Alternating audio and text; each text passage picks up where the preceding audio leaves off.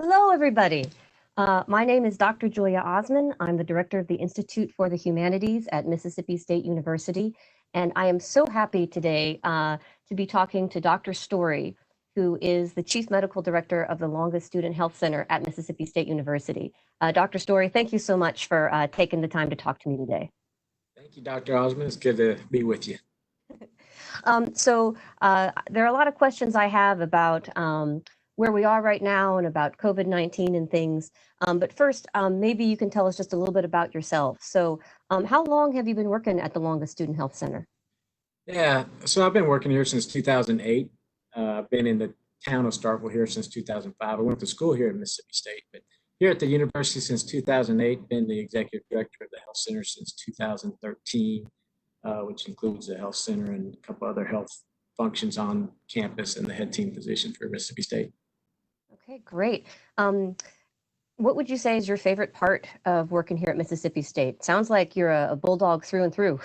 Yeah, I am. I really enjoy Mississippi State. It's really a job that I enjoy and I love every day of it. For me, I'm not a one-track mind kind of person, I guess, where I just like just this one solitary thing I do. I like the variety in life. And for me, that's actually what I like the most is the variety of my job, my position, the different things that I do get to do, whether it's the administration part, whether it's the student part, which is obviously very fun, the athletic part. So I like it all. I don't know that I can pick out a favorite. I think the favorite part is that I have the variety of mixing and mingle with lots of different functions and parts. That's great. No, every day I imagine is a slightly different day. It is. Um, and now you get to handle this new challenge that's come up. So it must be quite a thing to be a medical professional during a pandemic, with all of this drama and fear and expectations thrown in. Have you ever faced anything like this before in your career? No, I haven't. I think it's a really amazing time. I think for all of us, if we could sit back and think about how amazing it really is, because I like to say it's sort of like we're living in a documentary. So you can go to Netflix and watch something about the Spanish flu, or you can go watch something about some other documentary. One day we will be a documentary.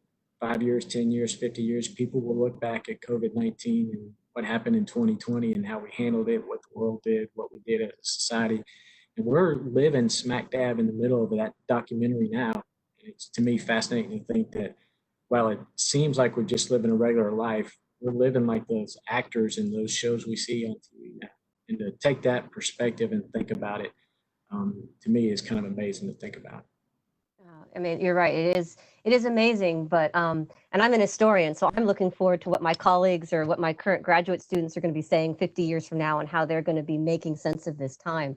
Do you feel any pressure though, considering, like you say, this is going to be something that people are talking and writing about. This will be something that mattered. Do you feel pressure to quote, get it right or to, figure something out ahead of time or things like that? Sometimes yes, and sometimes no, because sometimes the reality of the situation, realizing that we're playing a game where we don't have a rule book. We've never been in this situation really as society before. We can look back and see what happened in other pandemics and we can do general principles. But we're living in a time with an organism, this SARS-CoV-2, COVID-19 disease. We don't know really what's going on and what's going to happen and how it happened and what immunity it does, or provides or doesn't provide, what happens with us. So I think on one hand, yes, you want to do the right thing. And the difficult part is defining what the right thing is because there are experts you can say that says the right thing is this. You Mhm. can find experts that say the right thing is totally opposite, which in my mind means that nobody is an expert. So remembering that we're not experts and taking, I think, letters behind our name sometimes makes us think that we have more um, expert opinion on stuff, and we do, but I think we got to be careful with that. So sometimes I feel the pressure of not making too many decisions one way or the other, saying because this is what it is, because in reality, a lot of times it's not what it is. And whether it's we opening up the society or we don't open the society up like we've done, we're really not going to know what's going to happen until we see real data, 4 weeks, Right. 6 weeks, 12 weeks. We'll know in 2 or 3 years all these questions, or a lot of them. Right now, we're making decisions on questions. Really, I think, and everybody's trying to come up with best practices and figure out what's the best we can do. I don't necessarily feel a lot of pressure because I'm working with a great team of people too here at Mississippi State, and everybody has the same interest, which is first and foremost just everybody's safety and health, and how do we manage all the different aspects of it. So, Right. So, if I can follow up on that, can you tell us exactly what your role is at Mississippi State as regards the COVID-19? So, obviously, you work at the Longest Student Health Center, but are you also helping the university think about how to keep dorms sanitary, or how to deal with things in the lunch line, or how, what would be involved if they wanted to reopen in the fall, things like that, like public health things? yeah, so when this really first started, the whole coronavirus epidemic first, and then in China, and then the pandemic worldwide. So started looking in January and February. So in February, I began having some meetings just with a few people. We started talking about this and what it's looking like. That was way before anybody knew what was going to happen. And as time went on and changes occurred, and those changes would occur quickly in February and early March, we brought more and more people into it. So at first, I was more involved in making a lot of the decisions. I'm currently on the task force for the university getting back to business. Also with the president, he's got a larger group of all the department heads. Well, maybe not all of them, but several leaders on campus representing different entities on campus. Part of that and a couple other groups. So really, a lot of that now is being driven by a lot of the high administration. I don't know the best words to say, but Dr. Shaw and Regina Hyatt and some other folks that have to look at policy, have to look at legal things, have to look at other schools. It's overwhelming to me to be managing all that, and to see the job they've done is pretty incredible. So I'm happy to be a part of it. I do work with them regularly, have questions every day or throughout the week. And but now I don't make any major policy things or anything, guide, and we talk together, but all that's done with these groups of people representing all of us. Okay, great. Well, it sounds like you feel a lot of confidence in the upper uppers. That's my word for the upper administration. I call them the upper uppers, and the kind of conversations they're having, the job they're doing, which is great. I'd like to ask you a few more, get a little bit more specific about COVID-19 if I could. But I just also want to remind anyone who may be watching with us, thank you so much for joining us. I'm Dr. Julia Osman of the Institute for the Humanities, and I'm here talking with Dr. Story, who is in charge of the Longest Student Health Center and is informing certain members of the university community about the virus so they can make good decisions. So if you have a question for Dr. Story, please just type it in the comment section under the interview that you're watching, and we'll try to get to it as we have time. But if I can just start off, so you mentioned a few minutes ago that no one is an expert yet on COVID, that it's something new. People are constantly making discoveries. Someone will say we need to do this over here. Someone will say we need to do this over here. As a medical doctor, how do you sift through this information to make your own decisions at the health center? Well, that's a good question. It is difficult because I see all these different studies, and some studies might be good studies, and others might be poor studies, and all these constant comments from the experts. I think one that I've always done is look at things sort of from a sense or idea perspective of moderation, a common sense, looking at the overall picture. It's like, well, kind of what are we dealing with? So kind of keeping that as keeping me in the lane of the way that I want to go, and then realizing and understanding when people are making quick, rash decisions. For example, the hydroxychloroquine deal. Right. When that first came out, say on Monday it reported that people should take hydroxychloroquine because there's these 9 people that got it. Well, on Tuesday, everybody started going out and buying all the hydroxychloroquine because they wanted to, because people were saying things. And for me, I think, remembering and thinking with common sense too, is that people are saying this now, it's based on a few studies. That doesn't mean we rush out and say, okay, this is end all. So just an example to keep in your mind that just because one thing came out today doesn't mean it's going to change tomorrow. And then I also like to look at patients one at a time. I've always said that I don't really like population statistics where, if you're 1 in a million that gets, an illness, you don't care about the other 999,999. You care about the one, which is you. So keeping that in mind too, an individual patient each time is important. And so when I sift all the information, I think looking at the individual patient in that particular need, if it's a larger community, trying to maintain perspective, maintain perspective and understand and see really what these studies are, what they're saying, how well they're done or not done, and the reports, I think, understanding who's given the report and what maybe potentially their, not agenda, but their perspective may be. Mhm. Great. And if just to kind of cover the basics a little bit, let's say that someone is feeling ill, or they think, oh, I've been coughing, I'm feeling a little feverish, feeling a little fluish. What would you recommend they do?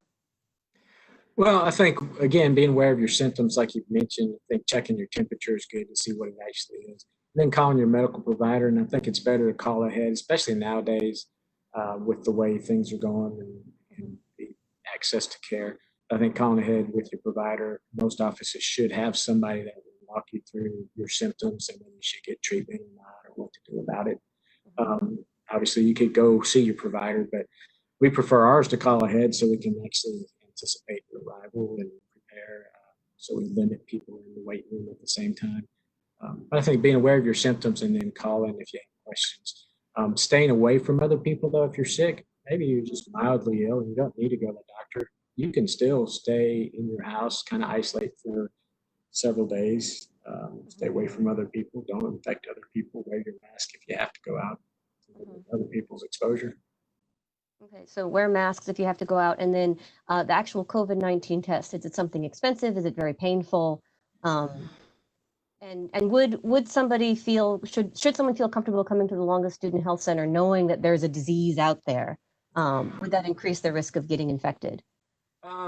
Well, anytime you're out in the society, I think, and around people, you're going to increase your risk. I like to hope and think that our clinic here has a less chance of someone else contracting some, COVID, as opposed to going to a restaurant or going to a grocery store or somewhere else like that. We've done a lot of things here in the clinic to try to mitigate and decrease the chance for someone else to get infections. We have a whole process in place. We have only one place that we put those. We're constantly cleaning things. We all wear PPE. There's only a limited number of people that would deal with those sick individuals. And we've done numerous other things in the clinic to try to protect our health. I don't want to get sick. Right. I don't want to take it to other people and get them sick. But I want people to know when they come in that we have taken as many steps as we can think to take. And we, from time to time, add and change things to try to do that better. Okay, great. Well, that makes me feel good that, don't be afraid to go to the hospital. Nothing is lurking there waiting for you necessarily. Well, now the hospital I can't speak for because I don't go there, but at least in my The clinic. Student Health Center, your clinic, yes.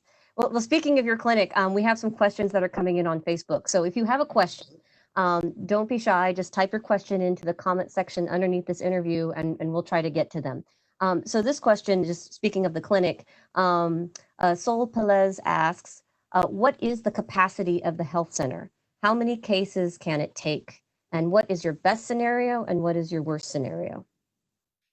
Well, I think the cases really, I guess, depends on how often they come in and when they come in. We have 2 floors in the clinic, and we have currently 3 rooms that we have used specifically and only for people that are sick, where we do COVID testing out of, and it's on one hall only. We have one other hall downstairs that has 3 or 4 exam rooms, and then we have the upstairs with about 5 or 6 exam rooms. So we've got a pretty large clinic. As far as capacity, I mean, I think the limiting step would be our number of tests available to perform, which right now we have enough to do any that would come in. We couldn't handle, 100 at a time or anything like that, but certainly we'll do sometimes 5 or 10 people a day that we'll test. We can do more than that. So, right now, I don't see anything that would affect our ability to see patients and COVID patients that would, unless there were a dramatic increase by probably a factor of 10 or something in the town or city. And I still think we could still do that. What was the second part of the question? The second part of the question was, what is the best case scenario at Mississippi State University? I assume for opening in the fall. And what's the worst case scenario? And how is Mississippi State preparing for the worst case scenario? Well, the best case scenario would be that this kind of dies out, and during the summer, for some reason, it heats up and coronavirus is less active and people aren't spreading. And then this lockdown event that's eased, that as we get out, that we just don't see increased cases. Best case scenario would be that we just revert back to a year ago and there's no coronavirus, period. I don't think we'll get to the best case scenario. I think the best we'll see is that we sort of maintain our numbers. It may decrease slightly, but I really anticipate with people getting out and about more that we'll still have at least what we sort of have now and probably more. That's my opinion. I'm not an epidemiologist, not an expert. I think leading into the fall, everybody that has any role in making decisions or seeing patients or making decisions on campus or even faculty that don't make decisions, I would say that everybody really wants to do the best that we can do, wants to protect the safety and the health of as many people as possible, recognizing that we're in a society where we need to work and do things together. So we do as many things as we can to mitigate people's risk and decrease the chance for contracting not only COVID, but flu and other things. There definitely will be a change on campus, I think, when people get here in the fall. You'll see lots of people in masks. You'll see lots more cleaning opportunities, hand sanitizers probably around campus, a lot more educational opportunities. The congregant type things, so big gatherings and events that people have, I'm sure you'll see some changes in those and how many members or what's allowed and not. So looking at all the different factors, we won't eliminate our risk, but how do we manage what's going on where we decrease the risk really as much as possible and reasonably possible, while realizing also we have to work and carry on. Okay. Well, and just following up, so it sounds like the emphasis is on prevention, preventing the disease from spreading, not give it that opportunity with the masks and fewer gatherings and things like that. But we have a question here from Corinne Kennedy, who's from Montgomery, Alabama. And she says that hospitals are overrun now. Would we, Mississippi State, would we be prepared for an outbreak? Would you be ready for one if, despite all the best efforts, the virus really took hold? Yeah, I think you have to, for one thing, as far as the hospitals being overrun, it depends where you are for that to be. We're not overrun in Starkville or Golden Triangle, really in Mississippi. I think there are a lot of places where the hospitals are still able to function and do everything they can do. In fact, I've seen things where hospitals are like, we need patients. We're actually running low, not seeing nearly the volume of patients that we are seeing. I think for here, we can handle a significant uptake, increase in patients and numbers, especially in the clinic. I think there's a question that everybody around the country ought to be asking, and that's sort of what threshold is it where an outbreak does occur, where you have to change significantly what you're doing. There's not a rule book, there's not a playbook that says when you see X number of patients that have it, then you have to do X.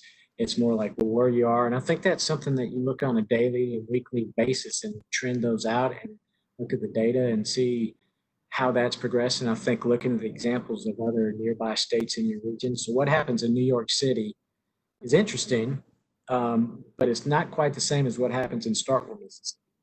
So looking at places, so maybe Tuscaloosa over in Alabama, looking at other areas within your state, similar populations, people in the region, get an idea of what the virus and what's happening in each community. So being aware of that as you go can help you plan and make your decisions as you head into the future with it. Well, I have a follow-up question from that. This is from Dr. Davide Orsini, who talked to the Institute for the Humanities last week on risk and how you kind of assess your own risk when you go into certain situations. And so since he's an expert on risk, he's thinking about, risks for the fall, I'm sure. And he's just wondering, would it be better to wait until a vaccine is available?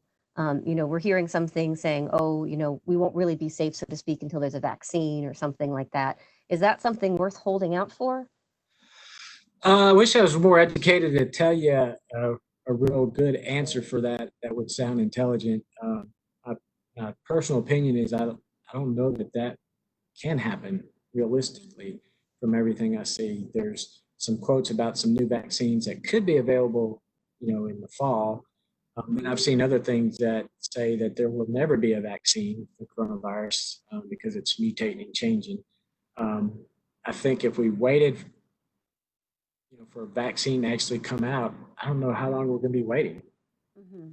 Personally, I'd be very surprised if you had a vaccine by the end of the year, although I've seen reports where some people say that that will happen.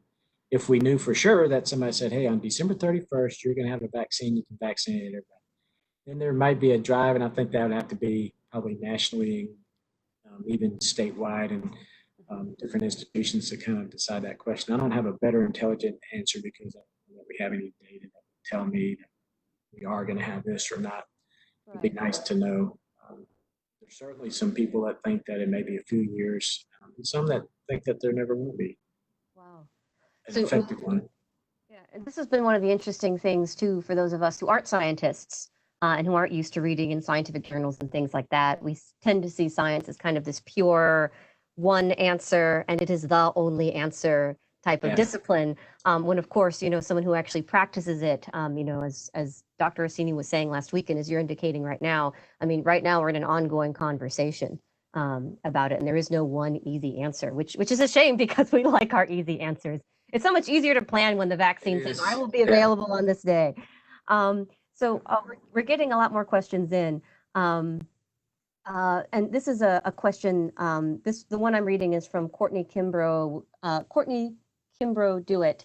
And it's the same question as another one that came in a little earlier, but I'll read hers. She says, if a student or faculty member comes in and tests positive, but they are not residents of Octavia County, where are they counted? Is there a way to know how many residents of the university or Starkville might actually be infected, since so many students don't change residency when they're here? I think the reports from Mississippi State Department of Health, the records are where they are tested. So when I test somebody in the clinic and it's Mhm. positive here, then that is a positive result in Octavia County, even if you lived in Seattle, Washington. Okay. So, That's my so, understanding. so if the person is tested here in Octavia, then that ups the numbers here in Octavia. It doesn't matter if they're from Biloxi or if they're from Montgomery, Alabama, or somewhere else. That's my understanding. I could have it wrong, but we tested here. The positive result has resulted here in Octavia County. Okay, great. That's very helpful to know because that's one of those things. There's been a lot of conflicted information or a lot of conflicted ideas on how people are exactly counted because we see numbers of so many people infected or the death toll being so much at this time, and sometimes it's hard to know how to interpret the numbers.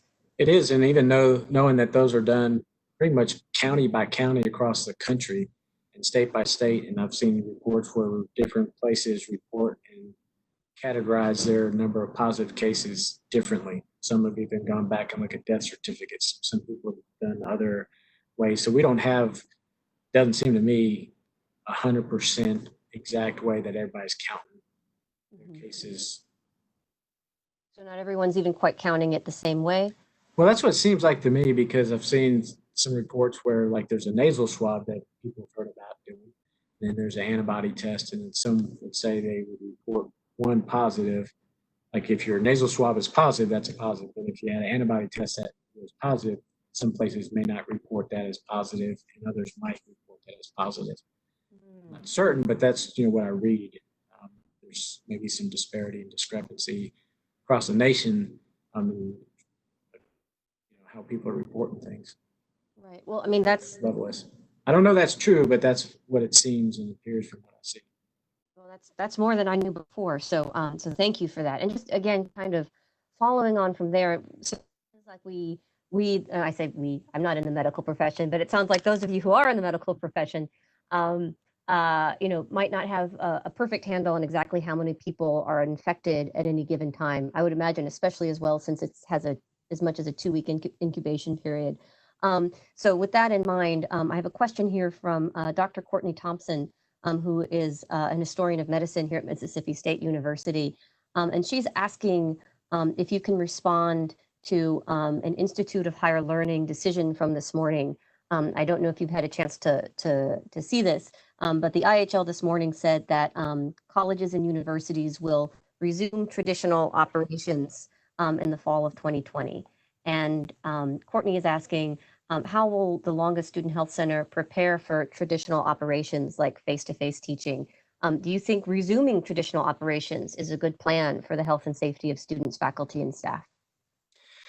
So I have not seen the new report that you're talking about today. I would think that our definition of traditional might be a little bit different than what we said traditional in the past, in the sense that one might read that and say traditional, thinking that it's going to be like it was last August 2019. I think it's made clear that things are different in August of 2020 with all the face masks, those things I said earlier. So we're going to see a lot of different things. So the traditional things about classes too, I'm not sure what they're planning on doing, but I'm certain that they are looking at all options and thinking about, okay, because in my mind, if you're social distancing, it's going to be hard to put, 300 or 400 people in one class. So how do we, even though traditionally to me means students on campus as much as possible going to school, but maybe there's some form where people are doing less in person, or they're doing some things online, or they're doing some other hybrid way of doing their classes. I'm not saying they are. I don't know what the plan is for those, but um, to me, that's when I see or think about how this would unfold traditionally, meaning I would say students on campus trying to go through life, but it's definitely going to look different, I think, than it did any year in the past. There was another part of the question. What was the second part? The second part of the question was, I'm going to pull it back up. Um, Lots of questions. She says, do you think that returning to traditional operations, and I guess you're defining traditional operations very broadly, as in not traditional operations from last year, but do you think returning, I guess, to campus is a good plan for the health and safety of the students, faculty, and staff? I think so. I wouldn't endorse something or agree with something if I really didn't think it was safe. Right now, we're in a position that that's so far down the road that I think we'll have some data over the next month or two as everybody's eased their lockdowns. We may see those case numbers just hold steady and everybody's back to business, living life. If those numbers were skyrocketing and getting out of control, I think the nation and individual states and communities will have to decide, do we change what we're doing or not? At this point, I think you have to plan to live life, to return to campus, to do the things you need to do, remembering all those strategies to mitigate people's risk, and then following closely the numbers and the data. And some of these you're making decisions almost on the fly as things go. Back in March, we were getting information day by day, and might make one decision or have one conversation today, and then by the afternoon or tomorrow, that's changed because of new information, because so much information is coming out, and with so many people around the world and around the states studying coronavirus and its effect and immunity and antibody tests and nasal swabs, all those different things. So many things that change. So I think, yeah, it's okay to, and I'm okay with students coming back, but I think we need to be ready to respond quickly depending on how things evolve and change with the whole virus issue. Okay. So kind of following up on that question, then, so, you seem to be saying that, based on the information you have right now, you'll clearly be looking at things as they continue to evolve over.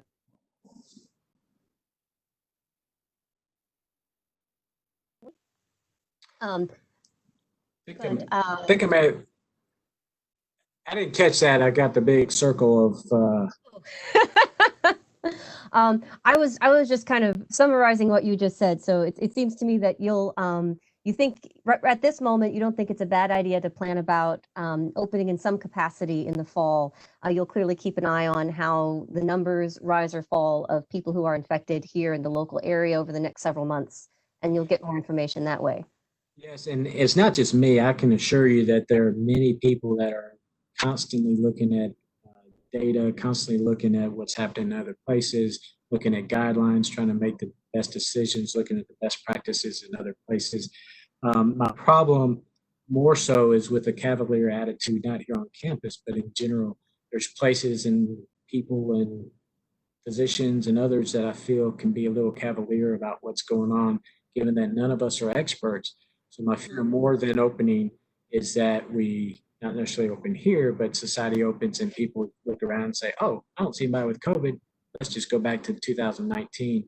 And we forget quickly. And then we get in a place where all of a sudden it's like a tsunami. We weren't expecting it. And then we're way overwhelmed because we've got cavalier and less determined in our efforts. So speaking of your concern about people being cavalier, are you or is the university at all working with the town, the city of Starkville, Octavia County, and officials in those capacities to try to mitigate the effects of COVID? We have communications, but they are run separately, MSU, and I'm not involved with at all with it. Any communications that might go on by, say, the mayor or the president of the university or others. So um, there are communications, I'd say, between the two entities, but the city, I think, operates on they have their board of aldermen, so I'm not really able to speak much about how they've decided what they're doing and how they're doing it. I'm not sure that I really know how much conversation goes back and forth because it's a little bit out of what I've been doing. Mm-hmm. Who you've been talking to? Yeah, who I've been talking to. Yeah. So, again, kind of following on this concern that you have about Cavalier Attitudes, I'm just speaking for myself. When I go for my daily walk in the afternoons, I walk from my home in Starkville to campus, and I walk around the lake, and it's gorgeous, and we've had the most beautiful spring, and it's made the quarantine or the social distancing much more bearable to be able to go outside and things. But as I walk through the Cotton District, especially in the past week or so, I've seen a lot of students gathering in large groups. No one is wearing masks except perhaps the people who are serving them at the bar or whatever it is. There are lots of people gathering on like their balconies from their apartments and things like that, and they look like they're having a great time. But I'm kind of wondering, like, oh, what is the plan for getting the students? I don't mean just to pick on the students, but it's what I'm looking at. What's your plan for getting the students to wear the masks and follow social distancing rules and do all those preventative measures that you've been talking about? Well, I think that's what you got to do is constantly educate and make people aware of what's going on. I think that there will be some health initiatives going on campus, a lot of educational things, maybe some, not projects, but different, I don't know, events either. But I think there will be an increase in educational things that happen that constantly increase it. I think there's also the power of um, being a leader or a follower. There's got to be some people that are leaders on campus among students, among others that say, yes, I'm going to not be cavalier about it. Doesn't mean I'm not going to live life, but I'm going to be careful about what I'm doing and be cognizant of that and thinking about other people. And then there's got to be others that see the example maybe that others are doing and say, I'm going to do that too. I've always said since the beginning, I don't really feel like we're going to defeat or manage this because a doctor made a vaccine. It's not because tomorrow you can go get hydroxychloroquine and it's going to cure everybody. But it's going to be because the community acted together and we worked together and we responded together as a community of people to say, okay, here's what we need to do for our community. Let's encourage each other to be consistent, diligent in the practice and realize we're in that documentary I was saying. But as a community, how can we all work together and not criticize people because there's a lot of that going on, not judge people about what they say or do, but how can we together as a community maintain the civil liberties that we have because people are very concerned about that. But how do we do that where we can live and function and take care of each other too? It's got to be a community. So when it comes to the students, I think the students and people need to buy into that idea that it's all of us together. And then it's, being leaders and followers. So some folks have got to take the lead and do so in a way that makes others also want to practice those safe practices. And it also sounds like something cultural has to happen. I'm a cultural historian, so I'm very excited about this now because yes, this is where culture plays a role. If it's the cool thing to wear a mask, or if it's if it looks kind of bad or shameful if you're not practicing social distancing, then people are more likely to do what's safe. Well, that's right, and I've heard many people in these meetings say we want to make sure people feel comfortable wearing masks, and you can wear those masks anywhere. And we're going to give out masks and have masks available, and have the sanitizer. And we changing that culture is, like you say, is what we want to see and needs to happen, and that'll happen by education and example, and not being shamed through it, and providing those opportunities. So I think you'll see a lot of that happening in the fall. Great, thank you very much. That is encouraging to hear. Bulldog Nation, but slightly different take on it. So if I can ask you a different kind of question, and this is kind of just for my own education, and those I'm sure people who are listening. Um, when you're looking at people's responses to a piece of news on COVID or to a Facebook post or something, and people are discussing things in the comments, don't read the comments. A lot of times, people will mention the flu. Well, X number of people die from the flu each year, and we don't all have to wear masks and stay away from each other and not visit our grandparents. Um, is using the flu as kind of a something that most people are familiar with, that they feel like they can attach this COVID-19 virus onto. Is that a useful way for thinking about it, or does that maybe mislead us in some ways? Yeah, well, I don't want to shame other people for how they describe it and how they feel it because we're all trying to figure out what's going on with this. None of them are experts. I personally don't like saying it's like the flu because it's not. It's Mhm. COVID-19. We don't know things like the immunity you're going to have or not have. We don't know what the long-term implications are. Certainly, there are people that get sick in a lot different way from this than they did or do from the flu. And I see young adults getting amputations and having strokes and having these Mm, weird rashes and things happening. We don't see that with the flu. We mm, see lots more people dying. I disagree with some of those that say the death rate's actually really low. Maybe it is, maybe it isn't, but people are dying in ways that we haven't seen happen before. I don't say that to be scary. I right. just say that we need to understand better what we're dealing with and make, I think, wise choices and maybe respect the virus. I think to just say it's another flu virus in a way disrespects what coronavirus is. I think, Mhm. trying to be more aware and give it its due before we know in 2 years all the details about it. We know a lot about flu.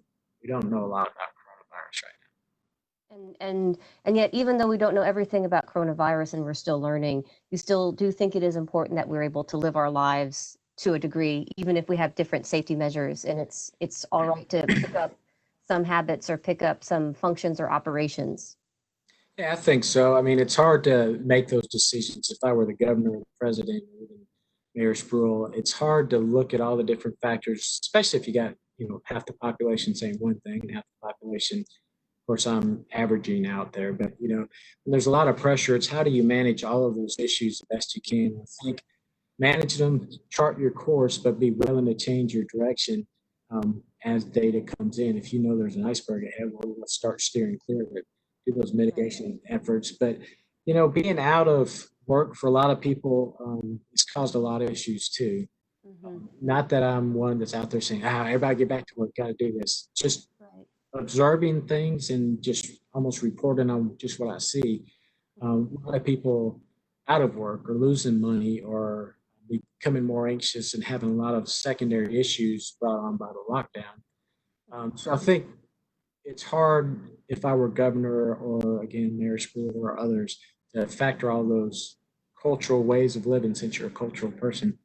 All those things about our life on one side and coronavirus on the other. I think figuring out how to back to that idea of moderation and sort of common sense, but also wisdom and respect for the coronavirus and living in a way that we're able to do what we want to do, but change that direction as soon as possible. Okay. So in that case, maybe in the fall, we as faculty members, just speaking for myself or those who are otherwise employed by the university or students, can just kind of be a bit poised or a bit ready that if new information comes in or if numbers start to go up or something like that, that we might have to change our practices again on the fly a bit. Well, I'm certainly not speaking for the administration. I'll speak as a person of anybody else in the community. Is live in, we should observe what's going around us. My observation, seeing not being a doctor, not being a part of these committees, is to see those things happening in other places. Mhm. Um, so I think all of us as people should be aware and ready and understanding that those things could happen. Mhm. So just kind of following up with that and keeping track of things in the fall and keeping tabs on how people are doing, is the university preparing for there to be testing kits, or has anyone been talking about protocols, say for in a classroom? Is there going to be people regularly taking your temperature, or is there going to be hand sanitizer available around every corner that you'll be expected to use? What kind of infrastructure is the university preparing? Yeah, I think that all that's in action right now, and they're exploring a lot of different options and trying to see what they can gather and work out procedurally. There's lots of different places. So, say Sanderson has their way of dealing with things, but Mhm. working in Sanderson may be different than going through the Union or other places. There's a lot of similarities and a lot of ideas of what you do, where you do that. So I think that's important to remember is that there's several different unions, but certainly the university is looking at all those different aspects of it and try to formalize a plan moving into the fall. And I think again, it's going to be that we do things a lot differently than we've done in the past, while trying to do a lot of the things we've done in the past the same way. Right. Just go to class and try to enjoy the college experience. Have you heard anything yet about the football team returning? I haven't heard anything official other than yesterday. I saw that the NCAA was allowing practices and things to begin June 1st. I would expect some kind of decision pretty soon coming out because obviously we get close to June 1st. I don't know what the final word's going to be on those kind of things. Okay, well, we're still anticipating, waiting. There's a lot of opinions on either side about the football team right now. As someone who's been reading the comments, don't read the comments. So we've been talking, we've been talking a lot about kind of physical health and the virus. I'd like to ask for a second about mental health. So, some people have found social distancing or, staying at home very difficult. And, some people might find it very difficult not to be able to do the usual activities they do or staying away from friends. Um, are there going to be facilities on campus to help students with the changes that are going on, or if they've had to shift their expectations for what their college experience is going to be like? Yeah, I can't speak really for what the counseling center is going to do. I know the whole campus, the counseling center, the administrators are definitely aware and concerned about mental health issues. And I don't know yet what's planned for that and how it's going to look, but you can be sure there's going to be opportunities to take care of people's mental health. It's very hard right now, the last 2 months, and I'm a pretty even keeled person, and it's hard not to be concerned or anxious or worried, especially when you see so many different things. So the level of anxiety or concern or stress is definitely increased, and we will definitely be looking to help mitigate those feelings too. Right. And I think especially for students who maybe were planning on pursuing a particular career track and they're looking around and, well, no one's hiring in that field right now, or no one's hiring in that field over there right now, but I just spent 3 years and all this money majoring in this thing. And, I can understand the anxieties. So I'm glad to hear that there are going to be things in place on campus to work with those. In the meantime, another question has come in, and I think you've spoken to this before, but maybe you can speak to it a bit more. There's a question of who is on the task force that knows a great deal about healthcare. So I think you said that you were on the task force. Are there other medical professionals as well as yourself, or are you primarily kind of the voice of health for the uppers, as I call them? Well, yeah, I'm the, what we're doing here in Mississippi State, it would be me that's the primary medical person. There are Mhm. several other people that may be PhDs in areas that give input. I think part of this coronavirus doesn't necessarily require an MD like me.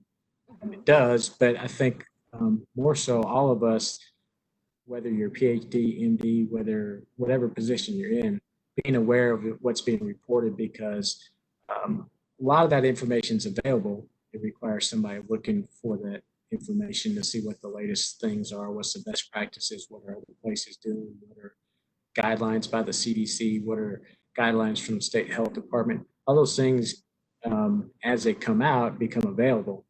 And I don't think you have to be a physician to look and determine what's the best practices. I think you have to be willing and diligent to look for those. I think there's definitely, while not medical per se, people like me, physicians, Mhm. there's a lot of people that are able to look through those and help develop policy, make decisions that are in line with what guidelines would be, what's safe, best practices, reasonable response. Well, and then and following off of that, if I could, because you're making it sound very wonderful that this is very much a group effort and it involves a lot of different people with different talents and different expertises Yes. to make it work. Um, but also it also kind of points us in the direction of sometimes we just citizens like myself will hear conflicting information. So, for example, sometimes I'm hearing things from the CDC, which make it sound like I should be very cautious. And then I might hear things from the federal government or other governments internationally that sound like everything is fine. Open everything up. You don't need to wear your masks. It's great. So how should we, kind of those of us just reading the newspapers, reading blogs, sitting at home, who do we listen to? Do we listen to the CDC? Should we listen to the government? Are we confident that the government is taking, I mean, I don't mean Mississippi State, but the federal government is taking into account things from the CDC? How should we navigate this? Well, that's a tough question. One of the things I've been concerned about over the last couple of months in general is just the consistency of messages. There's a lot of misinformation, a lot of disinformation, and a lot of information that's hard for me to know what is misinformation, disinformation, or good information or bad. So I think one is seeing where the information is coming from and who's saying it.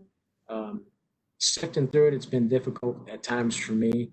I think if you look at several organizations and see if those messages kind of jive together. So if you look at what Mississippi State's doing, and maybe you look at what Johns Hopkins or Alabama or other college institutions, for one thing. So if you're comparing yourself to other schools to see what other schools are doing and see if they're in line, everybody's going to make some different decisions. But as far as what the government's saying and the federal government, I think those are important. I think those are guidelines, but I think it still comes back to us as a community.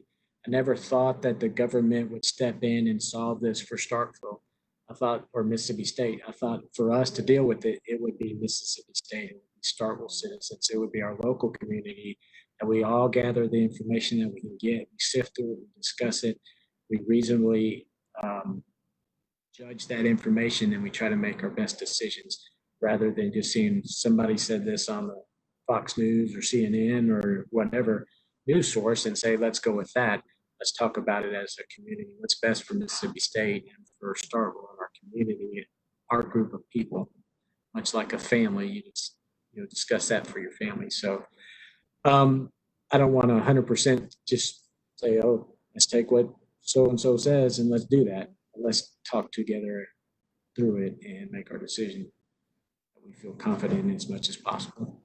If that really makes sense, or if I sidestep the question. No, that makes sense. No, that makes great sense. I mean, you're kind of saying the answer is local, and that every place is going to have slightly different conditions or slightly different ways of doing things, and they will do things in ways that they think best. But Mississippi State's just going to have to take this in our own context. Which I'm an historian. I love contexts. This is nice for me to hear. But then, if I can follow up a little bit on that, as you said, there's a lot of misinformation out there. What would you recommend as some good sources for non-medical professionals like myself to read regularly? What are some trustworthy things? Well, I do think the CDC has a lot of good information, a lot of helpful information. I'll certainly go there. It is kind of hard to navigate through their website and all the different things. The Mississippi State Department of Health website is a little bit easier for me to navigate and click on things and find some information. I think knowing your news sources that you get things from on a day-to-day basis is important. So if I get all my information from, say, the network, CNN or Fox News or ABC or any of those, as opposed to, say, TMZ, the gossip website or something, knowing about the reliability of the individual places, because there's so many different websites. So keep it in mind wherever it is that you go to information, trying to get those things where you reliably or feel like they're reasonably vetting their information. I don't really like getting a lot of information off of Facebook and Twitter because there's a lot of armchair stuff. There's a lot of critical things. There's a lot of back and forth things. It's a lot of blame. If you don't believe X person, then you're Y person. So there's a lot of divide, I think, Right. find there. And one can easily find, you can pick your position on this, and you can easily find other quote, experts that will back up what you're saying. But you can take the opposite view and find experts that would support that view as well. So I think understanding the reliability of where you are getting your information from is an important piece of it. Yeah. Well, if I could just return to something, kind of looking at this in the larger kind of long term that you've been talking about a little bit. One of the first questions we actually received that I wanted to wait until a little bit later for this conversation was about the next pandemic. So I know you're probably thinking, let's just get through this one first, but what kind of things are you taking note of, or what are you paying attention to right now that you think might help us prepare for the next big one coming down the road? Well, I think we easily get fatigued with things that happen in life, whatever it is. And we're seeing coronavirus fatigue. At least that's what I call it now. You look around and there's all this stuff. People are just, I'm tired of this. Let's just go to work. Let's let everybody live, and people die, people die. Let's just get on with life. There's that. We get tired of what's going on. So I think culturally, since you like culture, how do we as a culture manage that cultural fatigue that people, not cultural fatigue, but coronavirus or pandemic fatigue? So I think that's an important part of it. Um, I think looking at the way we've handled things, so the PPE question, back in February when this began popping up, I began acquiring PPE for our clinic, worrying about that. I'm sorry, can you remind us what PPE is? I'm sorry, the personal protection equipment. So the masks and the gowns and gloves and hand sanitizer and all those things, infection control things. In February, I started getting all those things before people started getting it. People didn't start getting those things until their communities started getting sick, and then they couldn't get those things because other communities got them first or whatever. So I think being prepared a lot more than nations and countries or cities, whatever happened, to get those resources when you need it is an important thing. I think having a plan in action, I think that's one of the things I've seen is places in the country, maybe we had a plan, maybe we don't. If nothing else, sometimes at least it seems like we've muddled through sometimes, like how do we respond to this? When do we respond? I'd like to see a worldwide better communication of what's going on, because from early on it seemed like there was some conflicting information. And I don't know if there was, I don't know the politics behind everything, but I think seeing how we handle it as a world, but as a community, but looking how we get those messages out. But forgetting, I think we forget easy because you see a pandemic in say 2010 or something and kind of forget that it's like a hurricane, you know. Right. Hurricane Katrina came through, or another big hurricane. We were worried about it then. We did all the things, but then after a year or two, it's like that gets pushed on the back burner. So being willing not to push things on a back burner and forget about it and put it in the closet, maintaining the resources that we need to. I think that's important to constantly have an idea of whether it's Hurricane Katrina or coronavirus, just in society, being willing and ready, but not just forgetting something for the sake of forgetting it because we didn't see it this year. Right. Remember your history. History is important. It Yes. is. Yes. We say something like those who forget history are condemned to repeat it, and those who don't forget history are condemned to yell and scream and bang at the doors and be ignored. Yeah. Yeah, so I appreciate that. So it sounds like you're thinking that communication is important. It's important to kind of think ahead and get prepared in advance before something hits you, and then try not to forget that it happened, so you don't get complacent before the next one comes. And I'll tell you an honest thing about it too. I think for a lot of places that probably struggle is just a financial thing, because when you look at hospitals, I'm not a hospital expert, but my understanding is they try to run a fairly tight margin of available beds at any one time, not now during coronavirus, but in the past at any one time, a certain number of beds. So the fiscal viability of different places. So when you don't see a pandemic for 7 or 8 years and you're running on a very narrow margin, it's hard, I would think, if I'm an administrator, say, well, let's cut back on the number of ventilators because we're not using them. Let's not cut back on this PPE. I'm not saying it's happened, but I could see that happening, and having some way where we support the health industry and the hospitals to where that isn't an issue. Right. Whether it's a bigger nationwide stockpile, I don't know what the plan would be and what it would look like, but I think cognizant of that is an important aspect. And I'm just going to say right now that we have a few minutes left in this interview. I could talk to you all day, but I don't want to keep you too long. Your time's No, that's all right. valuable. But I'm just going to remind the folks who are watching that if you have questions for Dr. Story, this is the last call. We'll give you a few more minutes to put those questions in. so that he can go about his important business. But I just wanted to follow up on what you were just saying there. So have you seen, you mentioned that, you mentioned you seem to have a certain sympathy for the difficult decisions that the hospitals might be having to make. So are there other weaknesses in our health system that are very apparent all of a sudden now because of the COVID virus? I'd say lack of coordination. I still think the consistent messages, healthcare wise, from this, like you mentioned earlier, you get some from the federal government, some from the CDC, even local. I think the consistency of what we're doing. I think sort of an equitable distribution of things and supplies too, because when things happen, I've had a hard time getting certain things now. And I don't know if it's because we don't have a lot of patients or because we're just Mississippi. Certainly people get into this, oh, we're just Mississippi. We're not going to get what New York City gets or whatever. Right. But for 2 months, I tried to get a machine that we could use here at the clinic. And I was constantly told, well, these are being diverted to other higher need areas. And I'm not disagreeing. Let's get stuff where it needs to go. But some kind of equitable distribution, I guess, of all the supplies and things when you need it. But that goes back to preparedness, because certainly my clinic can buy all that PPE over the last year or even in February, which is what I did. And we're well prepared for our needs moving forward. So I think one is that, or another part of it, I think, is our individual responsibility wherever we are. So I had the responsibility in the clinic here to buy those things and start looking ahead and expecting those things. So not expecting like the government or someone else at the last minute to have everything they need. I think I don't know if some of the hospitals or other places expected that somebody would come out and take care of all those issues. But I think that's one thing in our health system is providing back to that narrow margin I said for hospitals for pandemic preparedness, they would let things drop. So I think access to care is a big thing. There's certainly certain pockets of the world and the country that don't have the same access that you and I enjoy here.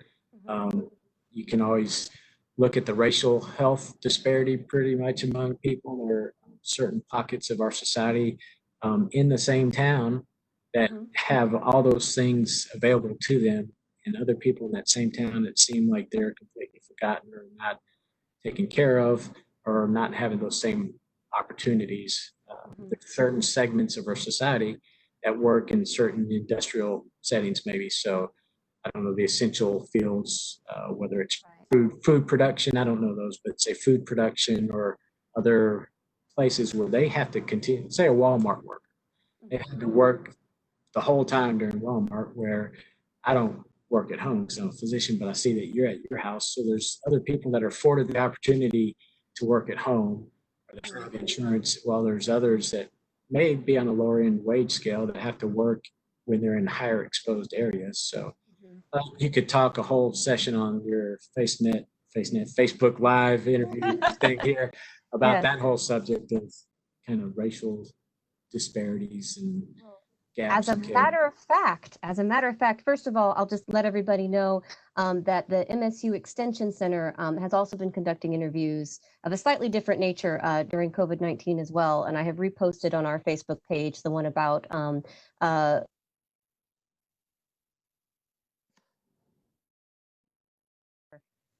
I froze for a bit, didn't I?